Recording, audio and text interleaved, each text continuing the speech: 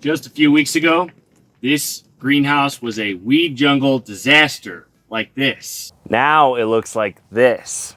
This greenhouse was ungrowable 1 month ago. It was overrun with bindweed, thistle, and grass.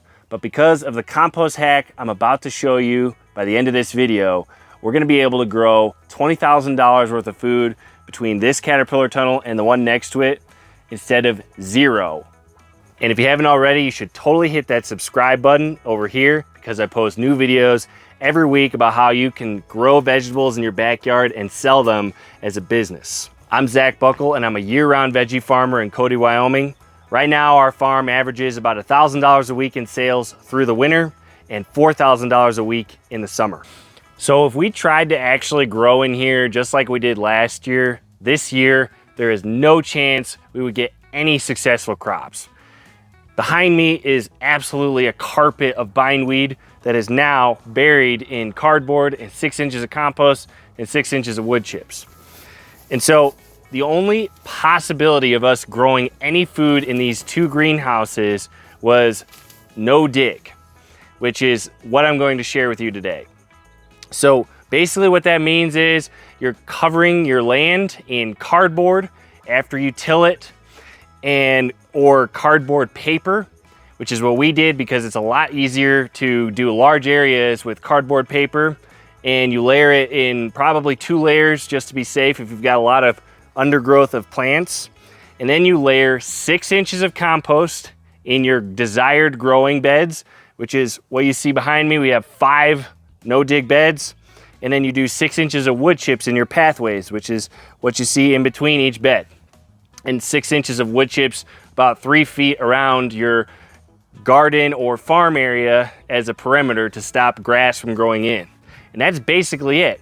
It's really simple. It's just a lot of work and a lot of labor. And you do need to invest in some good quality compost to make this work. Because if you just use anything that you got lying around or you get some free manure from your neighbor, you risk herbicide contamination, you risk soil not being fertile enough to grow a lot of stuff. So you really want to do your research and try and find a really good, high quality compost producer in your area that is using things like, this is going to sound weird, but dead animal parts from a slaughterhouse where there's bones and blood and all that stuff breaking down in the compost, and some manure, and then lots of carbon.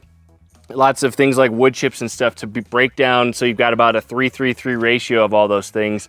So you have a nice, well-rounded compost that is living and unbelievably good to grow plants like all the stuff you see behind me. So for this particular project, we're doing 2 100-foot by 16-foot caterpillar tunnels entirely in no dig. So that's a pretty big amount of space to move that much material in.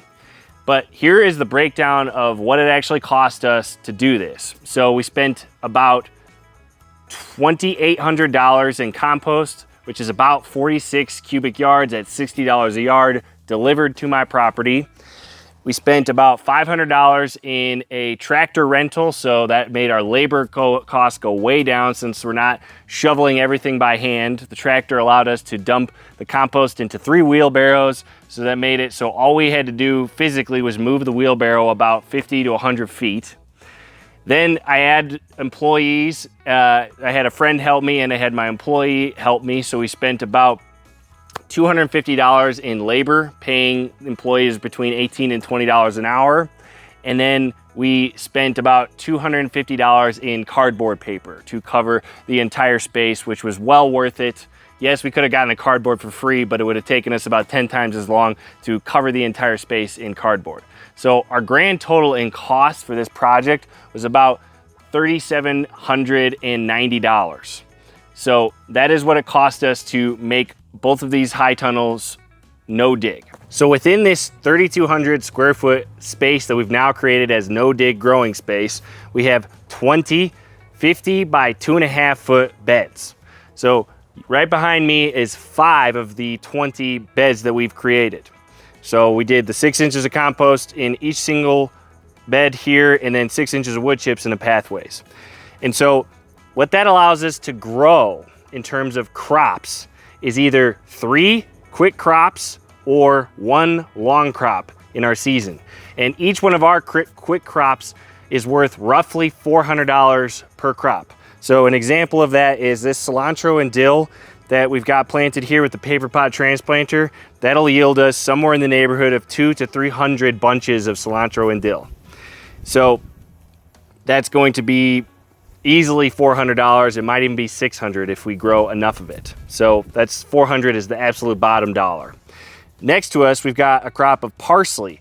This takes about 80 days to actually turn into a nice big bush of parsley, but once it's there, we're gonna get hundreds and hundreds of bunches out of this. I would not be surprised if we get $1,200 worth of revenue out of this one bed of parsley, because it will continue to produce into November in my climate. So we'll have consistent yields of parsley from July through November.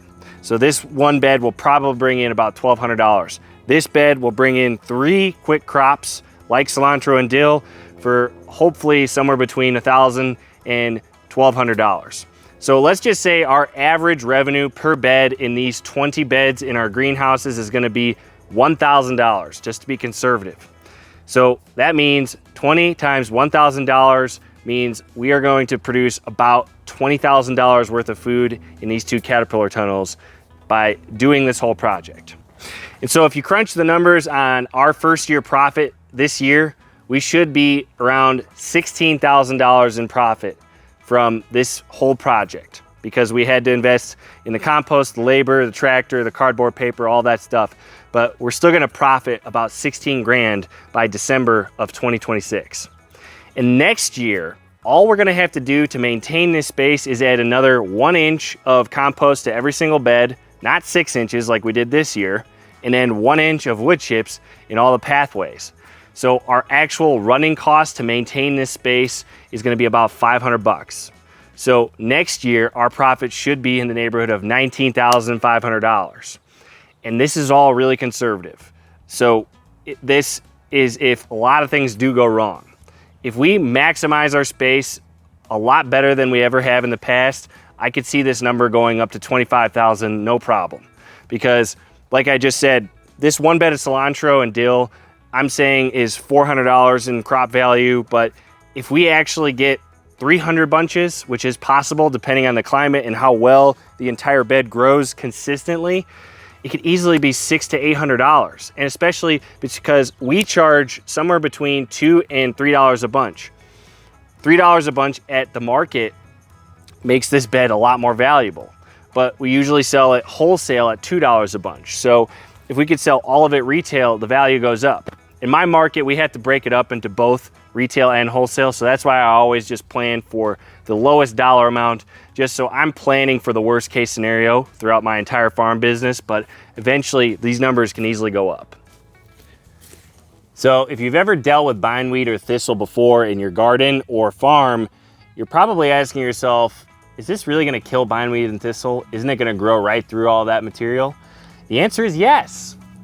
This no-dig setup is only about a month old at this point, and the bindweed and thistle is growing right through the material, which I expected.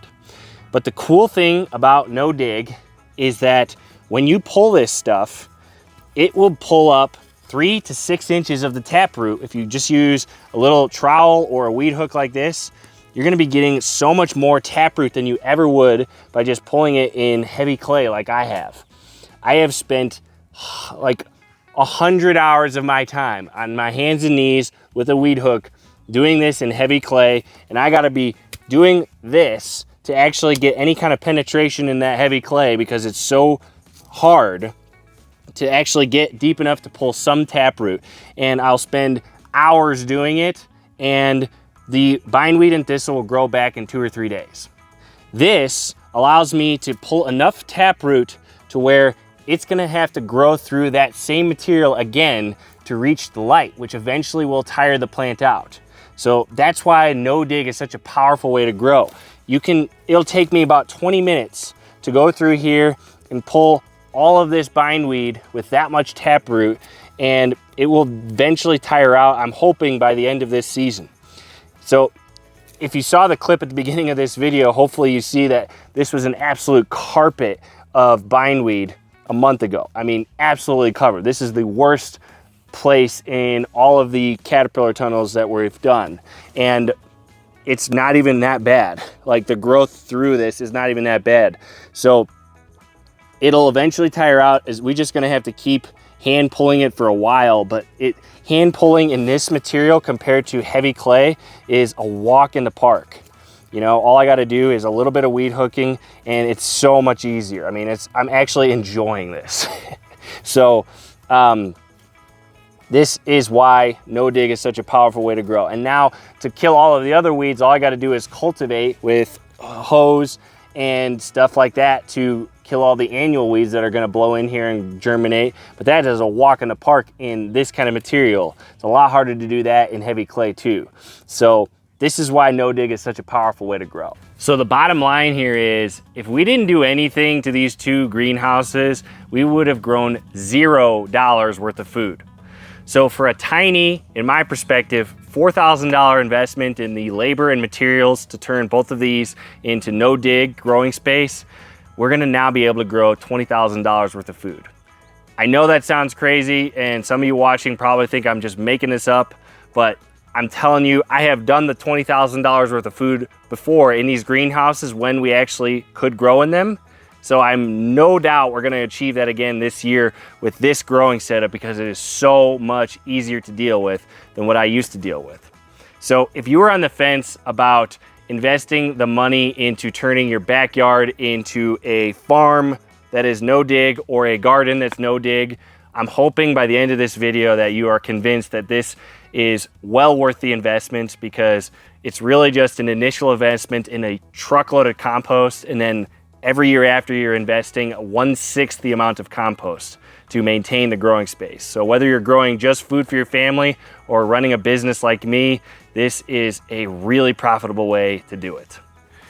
And if you're serious about starting a farm like this in your backyard or on your plot of land, I offer a complete seed to sale mentoring program and online course that can help you to become profitable your first season. We go over no dig farm layout, irrigation setup, plant propagation, succession crop planning, greenhouse growing and building, sales and marketing, and basically everything you're gonna need to know to become profitable with your business and scale over time. If that sounds like something you're interested in, you can apply for a strategy session with me at the link in the description below. Worst case scenario is we have a really nice chat and I send you on your way with some free resources to help you at whatever stage in the journey you're at. So if that sounds like your jam, you can apply for a strategy session with me at the link below. And if you want a complete breakdown of where I got those numbers for crop yield and value, you can watch this video where I go over my top 20 high profit crops that we grow on our farm to help you figure out what's gonna work best in your climate and your context. So if you're interested in that, watch this and I'll see you on the other side.